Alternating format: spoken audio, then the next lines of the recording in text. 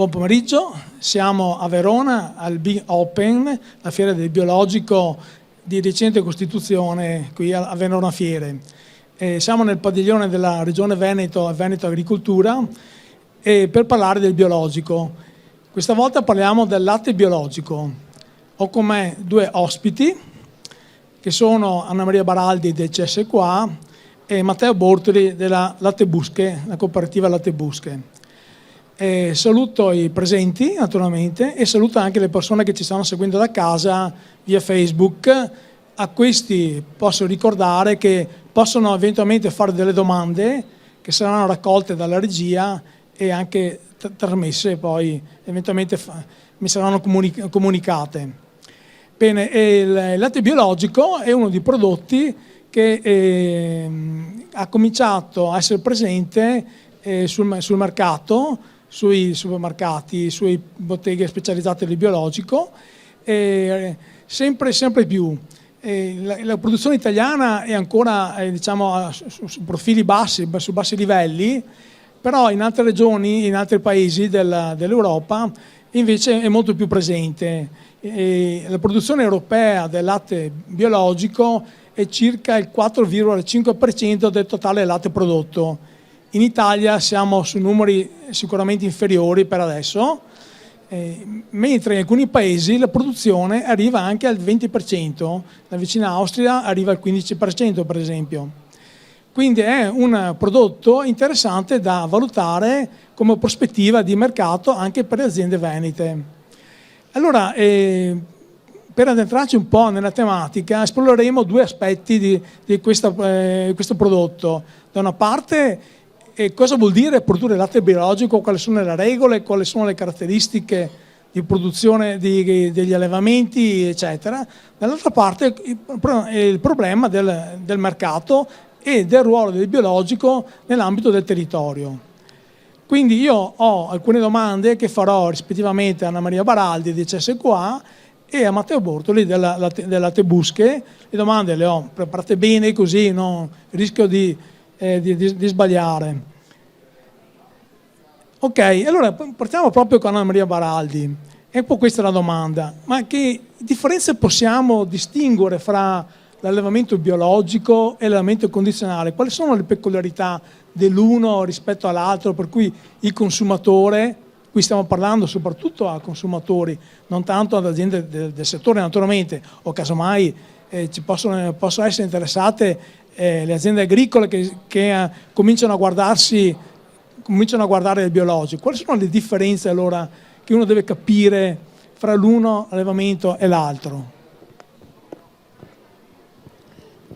Sostanzialmente non credo che ci siano delle differenze enormi per poter effettuare una transizione da convenzionale a biologico. Vi è da rispettare sostanzialmente quello che è uno dei principi dell'agricoltura biologica, ovvero l'approccio olistico, quindi che l'animale è strettamente legato alla terra e al terreno e alle coltivazioni dell'azienda. Quindi dei principi generali che poi in qualche modo si trasformano in regole nel momento in cui è richiesto che almeno il 60% della sostanza secca alla bocca dell'animale sia di origine aziendale e sia rappresentato anche da foraggi, erbe, dalla parte diciamo di sostanza secca proveniente appunto da fieni, da fibra lunga. E l'altra differenza forse è nella gestione della mandria. L'agricoltura biologica è conosciuta come un metodo sostenibile. Ora questa parola è diventata uno dei cavalli di battaglia dei nuovi processi che vedremo anche in futuro a livello europeo, a livello forse anche mondiale.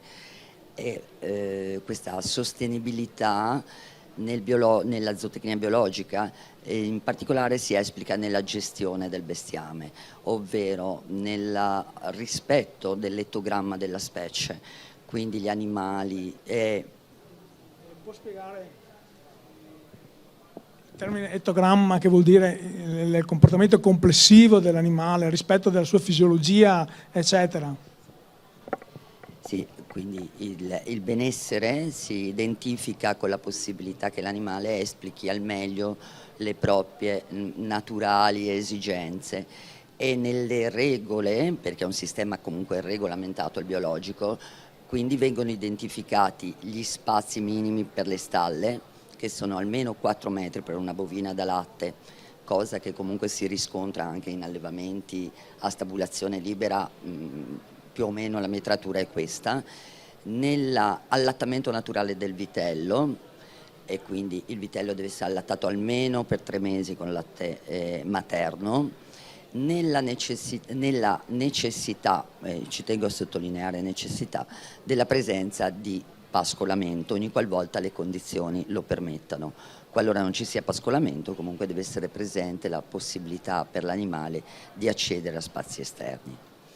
In una realtà come quella della pianura veneta possiamo dire che forse, ecco, un agricoltore che volesse trasformare il proprio allevamento biologico, a questo deve pensare: o il collegamento terra-animale, quindi il carico di animali per ettaro, e ho la possibilità di attuare pascolo proprio come forma alimentare, oltre che appunto, come abbiamo detto, dove l'animale può naturalmente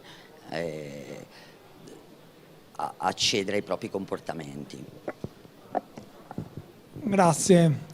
Quindi, riassumendo un attimo, possiamo dire che sicuramente un animale allevato nel sistema biologico è un animale che pascola di più, si muove di più, mangia un'alimentazione più confacente alla sua fisiologia alimentare, e quindi è un animale relativamente meno stressato, meno spinto dal punto di vista produttivo.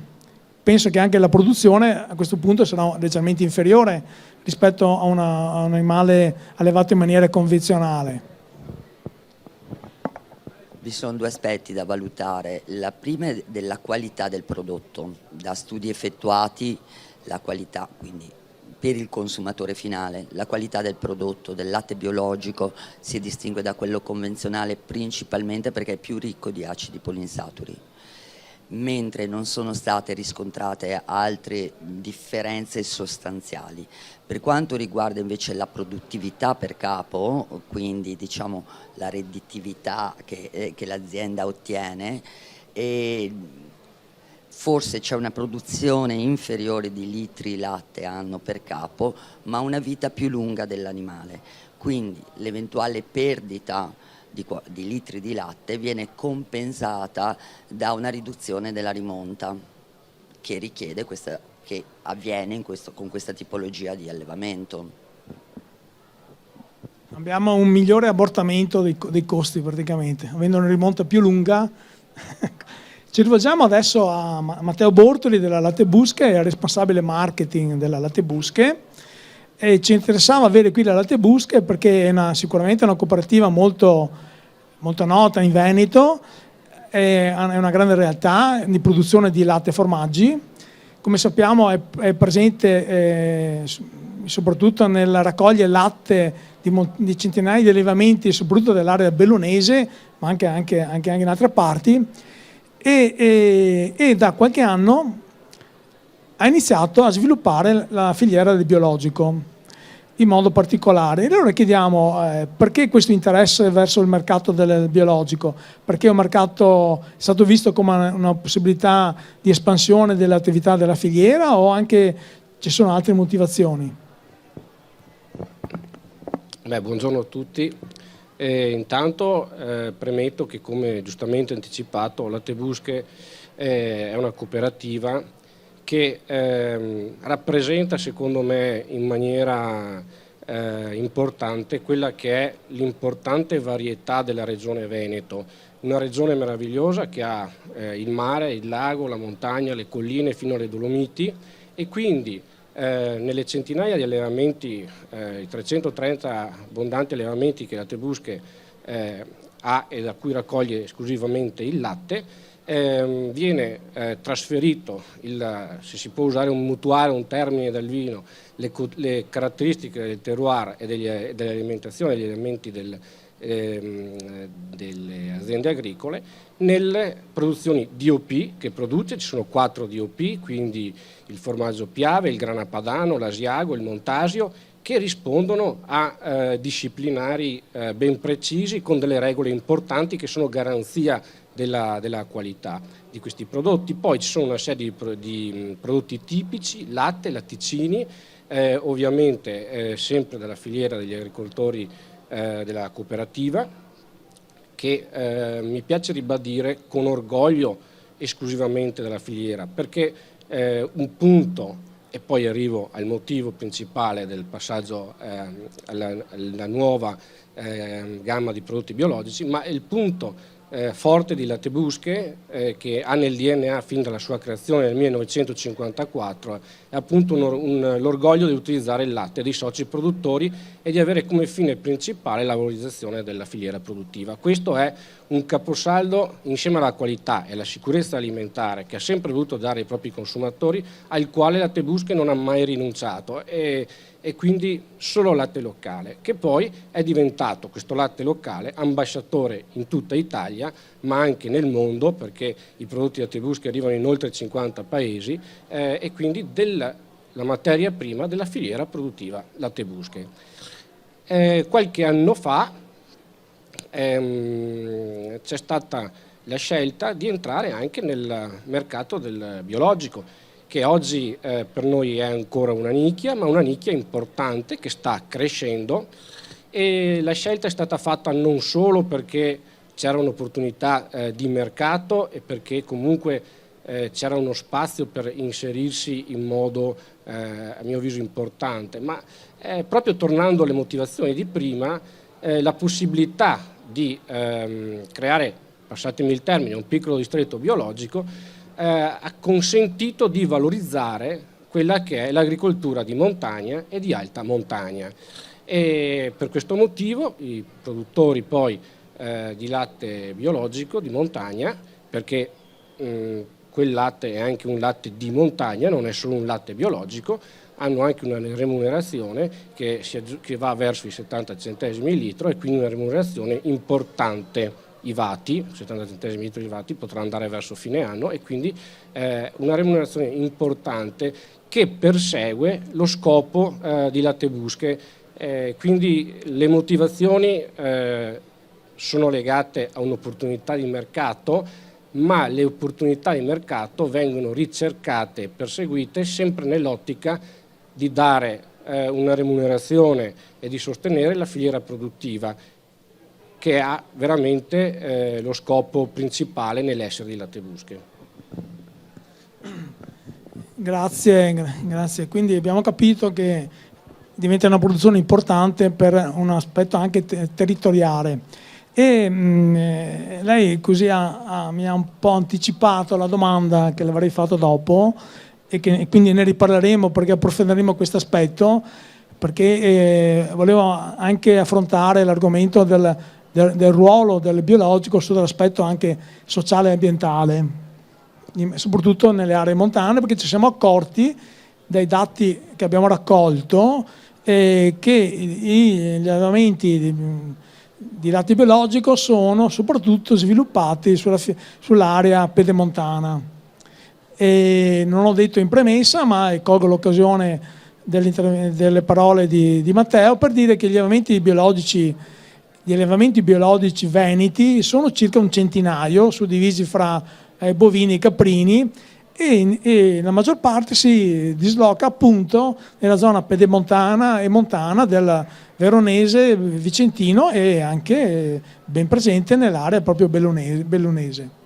Continuiamo la conversazione con la dottoressa Baraldi, e adesso cerchiamo di capire una cosa che ai consumatori dovrebbe interessare molto, perché fa parte di quella che come dire, dà la garanzia che il latte e i prodotti biologici in generale sono certificati, ci si può essere convinti di quello che si compra. Allora, l'aspetto dei controlli. I controlli rimangono sempre un po' fumosi nel consumatore. Che controlli si fanno? Che consuetudine c'è nel andare a verificare consuetudini e procedure adottate regolarmente per andare a verificare la qualità del prodotto, e magari ci sono differenze fra enti di certificazione o sono dei processi piuttosto standard? Poi ci sono aspetti organizzativi che magari possono variare, ma la sostanza non cambia mai. Gli organismi di controllo sono stati autorizzati e sono stati accreditati dallo Stato per fare una funzione che dovrebbe fare lo Stato membro, e su questa attività sono costantemente vigilati. Quindi diciamo che l'aspetto dei controlli è soltanto demandato, ma al fine di poter rimanere accreditato un organismo di controllo deve procedurare tutte le fasi in modo assolutamente corretto, se no lo Stato membro ti toglie l'autorizzazione, e questa è una cosa che secondo me sfugge ai più, cioè è un lavoro, il controllo, che se viene sbagliato comunque ne va della propria credibilità e del proprio accreditamento.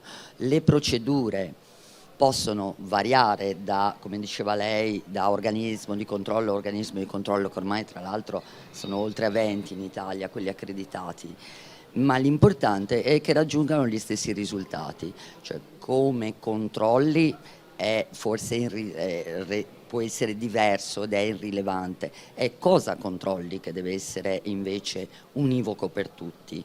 Quindi possono essere diverse le procedure, ma sono uguali le finalità. Normalmente avviene sul terreno il controllo, quindi se si parla in zootecnia avviene in stalla, si ha una verifica dei documenti ufficiali che già per legge cogente sono presenti in stalla, il registro dei trattamenti, il registro di stalla, e poi vi è qualche documento ulteriore che invece è specifico del sistema dell'agricoltura biologica. Ogni cosa che viene analizzata e verificata viene fatta insieme all'operatore, il quale alla fine firma comunque un verbale, diciamo, e quindi c'è una condivisione di quello che è stato visto ed è quello che è eventualmente emerso in fase di verifica. Grazie, quindi abbiamo capito che i controlli ci sono, vengono fatti regolarmente, i tecnici degli enti di certificazione escono, vanno nelle stalle in questo caso, vedono gli animali, vedono se pascolano, verificano cosa hanno mangiato, verificano le fatture delle aziende e quindi cosa hanno comprato, sia in termini di alimentazione sia in termini di altre cose che servono alla stalla. E ricordo che queste informazioni, se una stalla è certificata, se un allevamento è certificato, sono disponibili sempre al consumatore, sono disponibili presso il sito del SIAM, Sistema Informativo Agricolo Nazionale, che si può andare a visitare normalmente come anche consumatori, e sapendo il nome di un'azienda si può verificare nell'album dei produttori biologici se quell'azienda ha il bollino, è stata certificata e per che periodo è stata certificata, quindi se è appena stata verificata, la durata della sua certificazione, quanti animali sono stati verificati, la superficie, eccetera, dati di questo tipo. No, sono tutti dati disponibili presso la scheda dell'azienda sul sito del Ministero. Bene, continuiamo con Matteo. Dicevo che mi ha un po' anticipato la domanda che le avrei fatto subito dopo, perché in effetti dai dati raccolti ci siamo accorti che tantissime aziende di allevamenti biologici sono proprio nell'area pedemontana. E allora ho pensato, ma questo potrebbe essere anche un vantaggio per quelle aree che sono lì. Sappiamo che l'area montana vive sempre delle difficoltà anche in termini economici. Può essere quindi la filiera del biologico un'opportunità economica, ma non solo, anche dal punto di vista sociale, intesa come paesaggio e turismo, quindi anche quell'aspetto lì, oppure ambientale sicuramente, con una funzione di controllo del territorio e favorire la biodiversità e diciamo anche diminuire un po' l'impatto ambientale di un allevamento magari qualche volta troppo intensivo. Ma allora, diciamo che l'agricoltura, a prescindere la presenza dell'uomo, è fondamentale per il territorio. Se poi nel biologico si riesce a ritrovare anche una remunerazione maggiore, assolutamente sì. Il concetto dell'importanza dell'agricoltura in montagna è da ricercare nel fatto che sicuramente l'uomo è il primo manutentore, no? E io dico sempre, per la Tebusche la sostenibilità inizia a monte. Quando si parla di sostenibilità sicuramente il packaging è il primo riferimento, perché è il ponte col consumatore, tutti vedono il packaging, ma bisogna andare a monte. Il primo motivo di sostenibilità è appunto la presenza dell'uomo in montagna. Basti pensare all'importanza per esempio dello sfalcio dei prati con le attività silvopastorali, e quindi la cura di un territorio che ha questo aspetto importante che io mi permetto di definire anche una funzione sociale dell'agricoltura. È subito riscontrabile quando purtroppo vediamo cosa sta succedendo nelle nostre montagne. Prendo il fenomeno peggiore che è stato Vaia, ma vediamo cosa è successo anche quest'anno, i video che abbiamo purtroppo visto tutti quanti, e comunque anche tante situazioni meno evidenti, ma che comunque stanno stressando, stanno veramente mettendo a dura prova le popolazioni che vivono in territori montani e pedemontani o di alta montagna, e questo si traduce in una situazione di spopolamento che viviamo ormai da parecchi anni. Ecco perché l'agricoltura ha un ruolo fondamentale, dico una funzione sociale, perché cura l'ambiente, perché comunque crea un indotto economico dove magari ci sono meno opportunità, perché comunque con la cura dell'ambiente c'è anche un importante sostegno a quello che è un'altra fonte, un'altra risorsa importante, che è quella del turismo. E quindi soprattutto oggi, dove c'è anche una componente romantica, per fortuna speriamo che continui a essere sviluppata, verso l'enogastronomia legata ai territori e ai posti, che ci sia anche questa dinamica è veramente fondamentale, non è importante, è fondamentale l'agricoltura in montagna. Ricordiamoci che quando si difende un prodotto, si difende una filiera produttiva e un territorio, dietro poi c'è la difesa di una cultura, la difesa di valori anche, e quindi non è semplicemente banalmente un prodotto buono che deve essere sicuro, che deve avere caratteristiche organolettiche distintive e che deve piacere. Ma ricordiamoci che dietro i nostri prodotti abbiamo veramente una filiera di cultura e di valori e di identità di territorio. Ecco, questo è, dobbiamo ricordarcelo,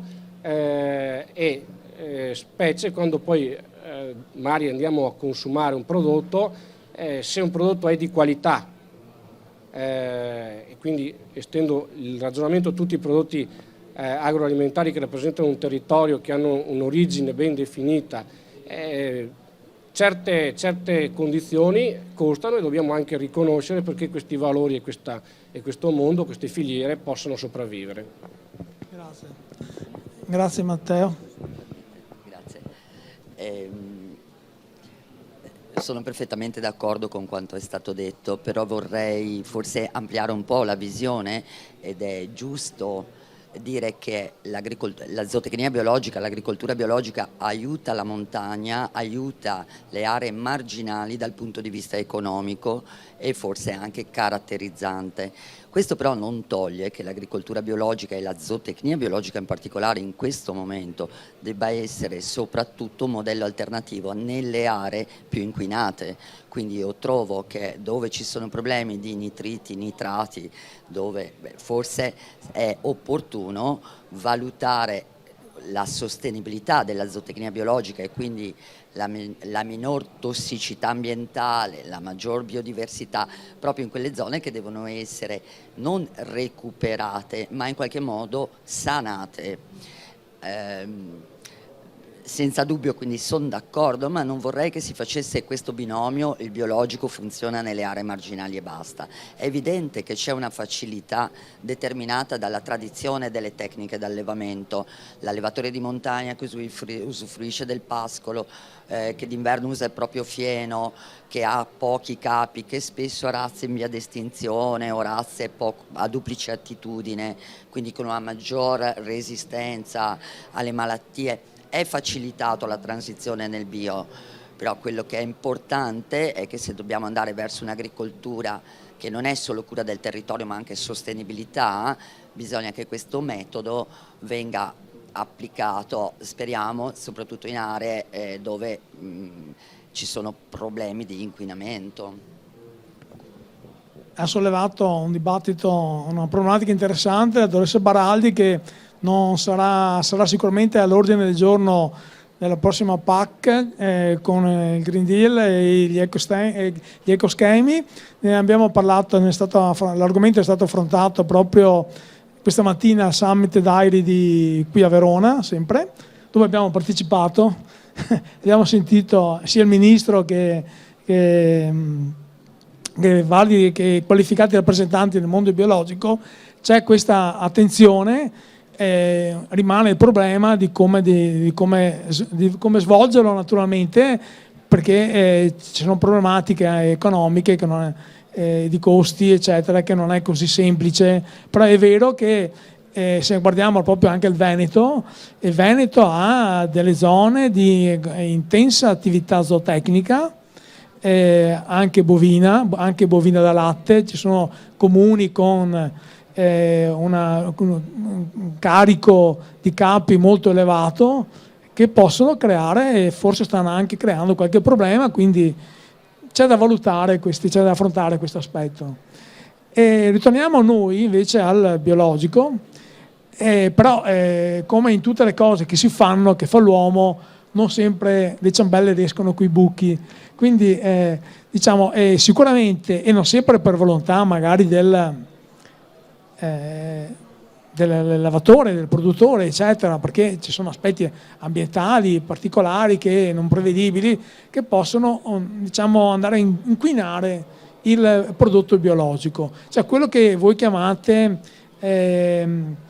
con termine tecnico non conformità. Cioè vuol dire, può capitare che qualcosa in quel momento nella produzione vada a intaccare quelle che sono le regole della produzione, e quindi il prodotto pone dei problemi di certificazione.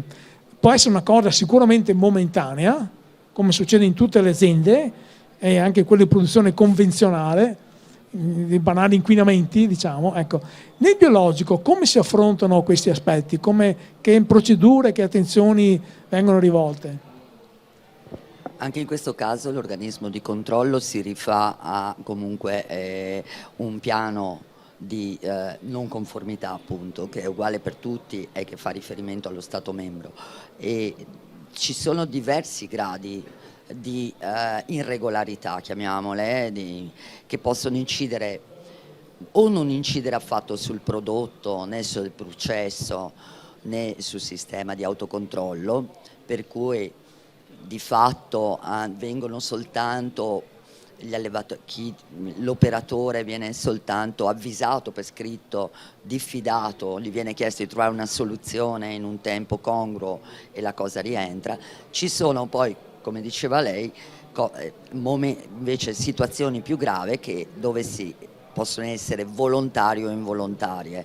L'involontario, e faccio l'esempio pratico, che può essere: prendo un campione di mangime, lo analizzo, trovo sostanze non ammesse in agricoltura biologica, ma il prodotto che tu hai acquistato o che tu hai fatto era in buona fede, l'hai comprato magari il certificato biologico, allora hai quella che viene definita soppressione, cioè incide sul prodotto ma non sul processo produttivo. Invece se l'hai fatto volontariamente, hai comprato una farina a estrazione di soia, per dire che non si può usare, tutte le farine a estrazione non si possono usare, e l'hai fatto volendolo fare, allora ti sospendo, cioè incide sul prodotto, sul processo, sul sistema di autocontrollo, fino ad arrivare, in base alle gravità, all'espulsione da sistema. Poi le non conformità dipende se vengono fatte anche, a volte è un sistema regolamentato, quello del biologico, non facilissimo per l'operatore, cioè è costituito da diverse norme e da una moltitudine di decreti, articoli, è piuttosto complesso. È compito nostro di verificare, a volte anche però di informare che certe cose si possono fare, altre no. Cioè la buona fede è, secondo, almeno per me, è un po' la chiave di volta, sì. Grazie.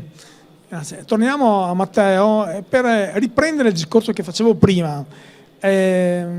In effetti la politica europea, la grande politica europea, sta spingendo molto sul mitigare l'impatto umano sul territorio, spingendo a quello che è la politica del Green Deal, di cui sentiamo parlare spesso anche sui giornali. Questa politica di sostenibilità ambientale avrà sicuramente delle influenze sulla PAC, le sta avendo sulle misure della PAC che i nostri agricoltori dovranno vivere nel prossimo quinquennio, e che quindi condizionano sia gli aiuti diretti che gli aiuti indiretti. Questa politica PAC sta spingendo gli agricoltori verso una quota del biologico. L'idea è quella di avere almeno il 25% nel tempo, naturalmente, non domani, produzioni biologiche. Allora chiediamo, può aziende come la Latte Busque, che sono inserite in questa filiera, possono diventare un tramite, dei facilitatori per quelle aziende che magari sono lì che potrebbero anche pensare di passare del biologico, in questo caso penso alla produzione di latte, naturalmente, alla produzione di questa materia prima, mi rivolgo a questa, perché la produzione, un conto è solo produrre il latte, e i formaggi biologici, poi bisogna anche avere una logistica, venderli, avere un mercato, eccetera. Quindi c'è bisogno non soltanto, quindi l'allevatore può fare una parte, ma poi bisogna anche rivolgersi al consumatore. Il ruolo di Latte Busque potrebbe essere interessante in questo aspetto? Ma allora, credo di sì, quello che sta facendo. Va fatta una considerazione che è quella che regola, a mio avviso, tutto. Cioè il biologico può avere questi sbocchi nel momento in cui c'è una domanda. Oggi purtroppo alla fine la regola è sempre quella, possiamo inventarci delle sottonicchie per cercare di avere un prodotto un po' più particolare, per cercare di prendere un altro pezzettino di mercato, perché noi o un'altra azienda è brava trovare un segmento di mercato alternativo o più particolare, per cui riesce a prendere qualche quota su quelle che sono magari le quote medie nel settore. Però bisogna tener conto che se ci si butta a capofitto sul biologico per le ragioni giustamente sottolineate prima, o perché si crede che il biologico sia uno sbocco, un nuovo mercato, si rischia di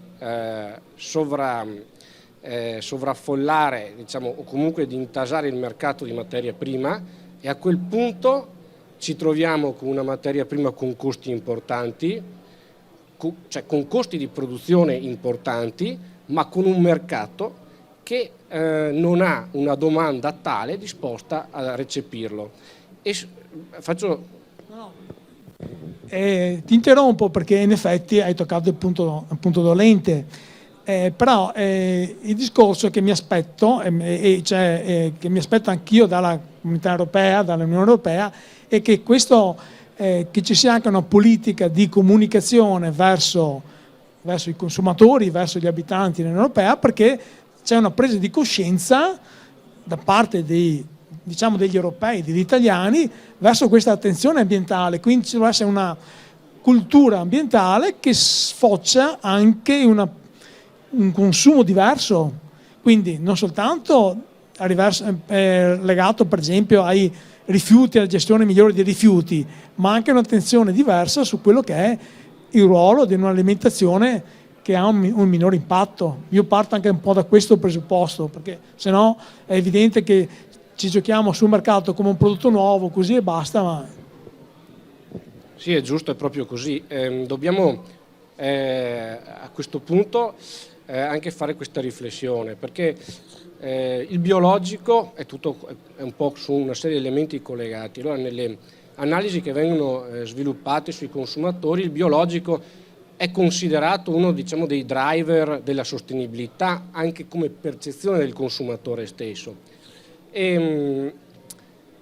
Però come la sostenibilità e gli elementi che la determinano, dal packaging ad aziende che producono secondo tutta una serie di logiche industriali, chi riduce le emissioni dei trasporti, tutte queste dinamiche, poi il consumatore è giusto che le conosca, le aziende devono fare la loro parte, però poi il consumatore bisogna che abbia la volontà di spendere di più per un prodotto sostenibile, e non mi rifaccio solo al concetto del biologico.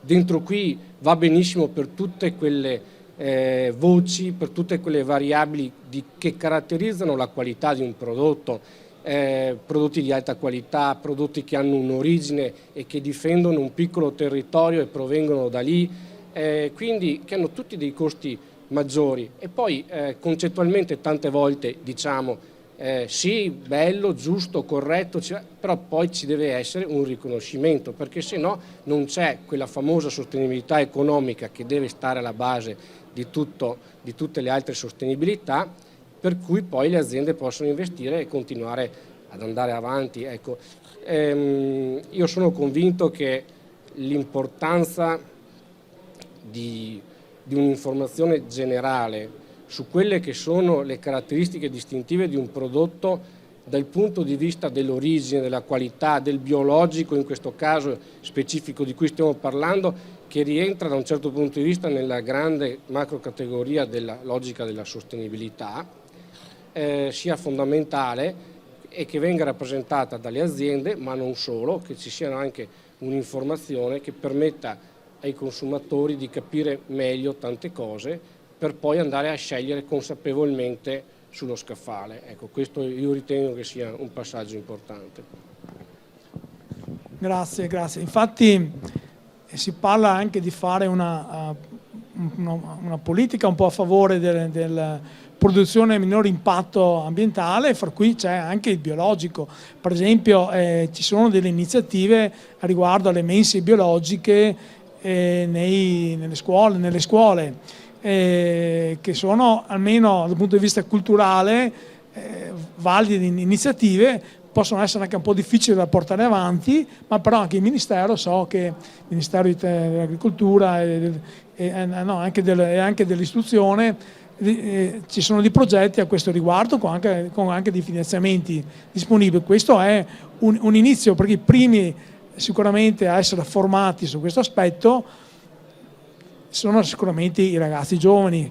Quindi noi in senso generale puntiamo al biologico solo, ma diciamo puntiamo a un'alimentazione che abbia un minore impatto, fra cui il biologico è una di queste che potrebbe avere un ruolo importante. Ecco, cominciamo ad andare verso la chiusura di questa conversazione con un'ultima domanda che riguarda proprio l'azienda biologica. Tanta buona volontà, tanto interesse biologico anche per a un approccio ideologico, come diciamo filosofico al biologico di tante aziende, però dopo ci si scontra con la burocrazia, col nodo dei protocolli, col nodo chiamiamolo delle carte, ecco, e dei costi. C'è una problematica in questo senso da parte delle aziende, cioè essere biologici, ci può essere un problema di costi che tengono lontano aziende magari piccoline, eccetera, che potrebbero anche essere interessate, ma sentono pesare proprio anche la parte amministrativa, burocratica e anche i costi per la certificazione. È indubbio, senza dubbio, ma questo non è una cosa... Chiudo. Si potrebbe fare qualcosa, insomma, si potrebbe riuscire a migliorare pur mantenendo gli obiettivi, naturalmente, gli obiettivi del biologico, questi non vanno assolutamente toccati, per semplificare, per favorire le aziende. Allora il problema sussiste e credo che non sussista solo per l'adesione comunque alla transizione al biologico, esiste in generale nel nostro paese e non lo dice Anna Maria ma lo dice il Presidente Draghi, cioè la necessità di informatizzare, la necessità della digitalizzazione ormai è talmente evidente in qualsiasi campo nel nostro paese che ormai no. Nel caso specifico dell'agricoltura, della PAC, comunque non parliamo di biologico, parliamo di accesso alla PAC. Allora si parla nello specifico del biologico di circa un costo di 22 euro a ettaro anno per far biologico, di oneri economici legati all'aspetto delle procedure burocratiche. Ma si arriva quasi, ed è un costo medio, si arriva quasi a oltre 80 se parliamo di aziende che sono piccole, 5 ettari, quindi incide tantissimo. Ma qual è il problema? Il problema è legato al fatto che intanto abbiamo il catasto che abbiamo. Quel catasto lì fa riferimento nel sistema biologico a 3 diverse piattaforme informatiche, quella della banca dati della vigilanza, quella della rete informatica delle regioni e quella del sistema informatico del biologico, quello nazionale. Inoltre è un quadro molto variegato perché gli emulamenti in agricoltura vengono dati da regione a regione e quindi sappiamo che un sistema decentralizzato non ha delle grandi economie di scala. L'Italia insieme alla Svezia in Europa sono i 2 paesi dove è il costo più alto accedere a dei sistemi di aiuti in agricoltura. Ecco. Quindi la modernizzazione sì è necessaria, l'informatizzazione è necessaria. Cosa posso fare io singolarmente o voi? Credo molto poco, possiamo solo sperare appunto che ci sia un miglioramento. Io ho un sogno, farmi la dichiarazione dei redditi da sola, per esempio. Noi stiamo in un paese in cui è impossibile, cioè abbiamo creato, quindi non è che riguardi solo il settore primario questo aspetto, riguarda un po', mi pare, tutta la modernizzazione della nostra bella Italia. Grazie, abbiamo capito che quindi questo rimane un po' un nodo che se superato un po', se migliorato un po' potrebbe facilitare anche le aziende, favorire altre aziende a entrare nel biologico, che magari piccoline, se tutto è a carico del titolare o di poche persone che ci lavorano, vuol dire che non finiscono mai di lavorare, un po' questo. Ecco, non riescono neanche. Chiudiamo anche con Matteo e riprendiamo questo discorso della sovrapproduzione del biologico, della possibile sovrapproduzione del biologico, perché in effetti il nostro mercato italiano è ancora piccolo, quello del latte è lo stesso, ancora piccolo. Però come dicevo prima, ci sono paesi proprio vicini a noi, l'Austria, ma anche altri, che in effetti hanno una maggior quota di latte biologico. E se c'è un maggiore sostegno e maggiore indirizzo verso le produzioni biologiche, anche altri paesi dell'est potrebbero in effetti aumentare la loro produzione e interesse e quindi potrebbero diventare non soltanto dei consumatori i loro abitanti, ma anche degli esportatori, quindi trovare in paesi che sono magari più economicamente migliori, condizioni economiche migliori, trovare un mercato di interesse. Quindi l'Italia potrebbe essere un mercato per altri paesi che producono latte biologico. C'è già un sentore di questo? C'è già evidente qualcosa di questo tipo di concorrenza? Ma dobbiamo tenere conto anche qui del discorso del mercato, nel senso che evidentemente più materia prima c'è biologica, nonostante io sia convinto che il consumatore italiano ricerca l'origine e ricerchi anche un prodotto sicuramente d'eccellenza, però parlando del nostro settore nello specifico, evidentemente una proposta organica di latte biologico trasformato a formaggio, latticini o latte alimentare potrebbe creare dei problemi, soprattutto se i prezzi di mercato dovessero essere prezzi più concorrenziali dei nostri. Ricordiamo che l'agricoltura italiana, in generale il prodotto italiano è un prodotto che si deve distinguere per la qualità e tante volte il problema potrebbe essere che non metto in dubbio poi la qualità degli altri latti, ma credo che l'Italia sia fatta e le produzioni italiane si distinguono per un'elevata qualità, per un'eccellenza, per caratteristiche organolettiche sicuramente distintive e quindi credo che comunque di fronte a una proposta importante a prezzi molto concorrenziali ci sia un problema comunque di concorrenza, perché non il 100% del consumatore italiano, ma una buona quota sarà sicuramente attratto anche da prodotti biologici che costano meno e che sono fatti con... Quindi l'augurio è che da un lato ci sia in Europa la stessa, per fortuna dico, rigidità e attenzione nei controlli che c'è in Italia. Quindi l'augurio è che anche in Europa ci sia la stessa... e dopo sicuramente di fronte a questo problema che si potrebbe prospettare di concorrenza di materia prima estera, l'industria italiana e l'artigianato italiano nel biologico cosa può fare? Può cercare di distinguersi non solo perché c'è la certificazione biologica, ma di ricercare quello che noi italiani sappiamo fare meglio, la distintività che citavo prima.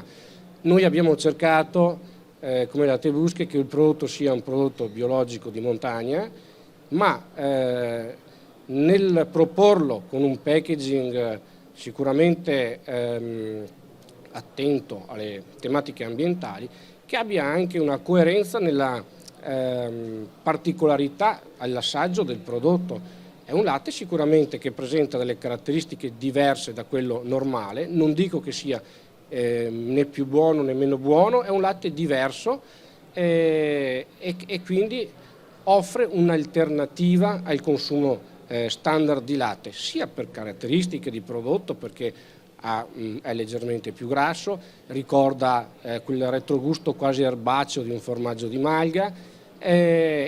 Alcuni dicono è un latte talmente particolare che preferisco l'alta qualità perché si sente quel gusto di panna classico. Sono due eccellenze della nostra gamma che rappresentano filiere attente a 360 gradi all'ambiente e alla qualità, ma che hanno delle caratteristiche specifiche che offrono un'alternativa di consumo. E così lo è per esempio lo yogurt, che sono i due prodotti che noi stiamo proponendo di più sul mercato e che anche oggi sono presenti per esempio in fiera. Uno yogurt che può piacere più o meno rispetto al convenzionale, ma sicuramente che ha delle caratteristiche distintive sia dal punto di vista della consistenza del prodotto, del test al palato e anche nel gusto, nella persistenza e nel retrogusto del prodotto. Ovviamente sono caratteristiche che a chi è amante di queste specialità, io mi permetto di chiamarle, perché non voglio dire prodotti così, ritengo che vista la passione e l'amore con cui lavorano gli agricoltori che fanno parte di Lattebusche, della cooperativa, si possa parlare di specialità casearie e quindi in questo caso dei latticini, queste specialità qui. Grazie. Siamo arrivati un po' alla conclusione di questa chiacchierata sul latte biologico. Avete visto che è un interessante argomento che avrà un futuro. Il latte biologico è l'unico latte alimentare che sta crescendo. Il latte alimentare convenzionale purtroppo da diversi anni è in fase di minore acquisto da parte dei consumatori, cala di una percentuale di diversi punti all'anno e proprio le quantità c'è un minore acquisto generalizzato del latte, in particolare anche del latte fresco pastorizzato. In questo ultimo periodo l'unico latte che sta crescendo è proprio il latte biologico. Naturalmente si tratta di una piccola nicchia ancora e anche in parte anche di difficile reperibilità, perché probabilmente non tutti i supermercati ce l'hanno, eccetera. Però è un suo punto a favore, vorrà pure dire qualcosa. Vi ringrazio dell'attenzione, ringrazio i miei due ospiti, Matteo